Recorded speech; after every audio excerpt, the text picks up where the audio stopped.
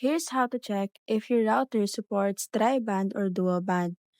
So the first thing that you're going to do is go to the Google Safari or Chrome and search for the speedtest.com.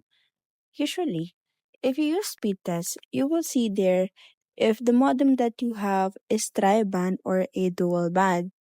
So let's say for example, we have already go to the website of the speedtest.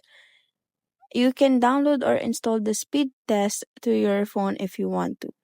Now let's just go ahead and check because usually when you speed test, the network that you're currently connected with, all the information of it will appear under the speed test option. So if you can see any tri band or dual band from it, it means that it is not under the tri band or dual band. Now, the most common thing that you can check or to confirm if your modem is tri-band or dual band is that go ahead and test the network settings of your network.